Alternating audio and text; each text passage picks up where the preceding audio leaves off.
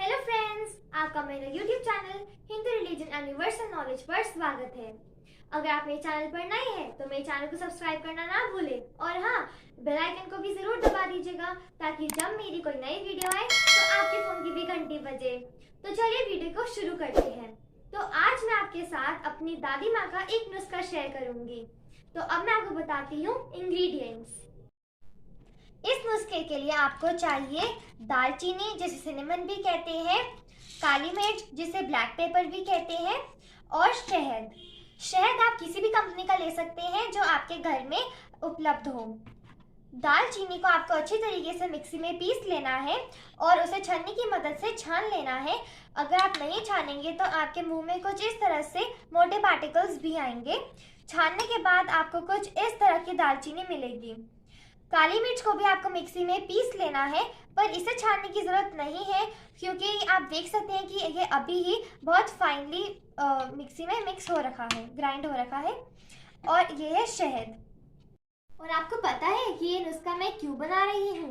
ये मैं बना रही हूँ अपनी बड़ी बहन के लिए, क्योंकि मेरी दीदी को बहुत ज़्यादा खांसी और जुकाम हो रहा है। तो चलो आपका परिचय कराती हूँ अपनी बड़ी बहन से। अरे दीदी, आपकी खांसी अभी तक ठीक नहीं हुई?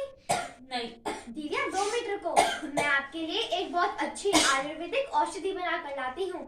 उससे आपकी खांसी और जुकाम दोनों ही तुरंत ठीक हो जाएगा। ठीक। इस औषधि को बनाने के लिए हमें 1/4 चम्मच दालचीनी यानी कि 1/4 टेबलस्पून सिनेमन लेना है और हमें बहुत ही थोड़ी सी काली मिर्च लेनी है, a pinch of black pepper, और आधी चम्मच शहद यानी कि 1/2 टेबलस्पून हनी।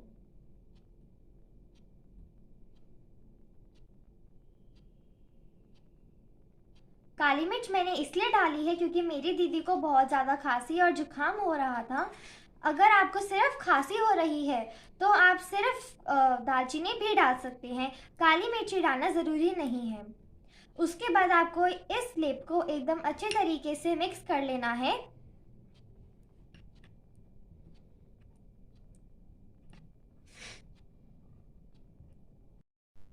तो आप देख सकते हैं कि ये बहुत ही अच्छी तरीके से लेप बन गया है। तो चलिए अब हम इसे दीदी को देते हैं। ये देखो दीदी, मैं आपके लिए औषधि बना रही, अब आप इसे खा लो।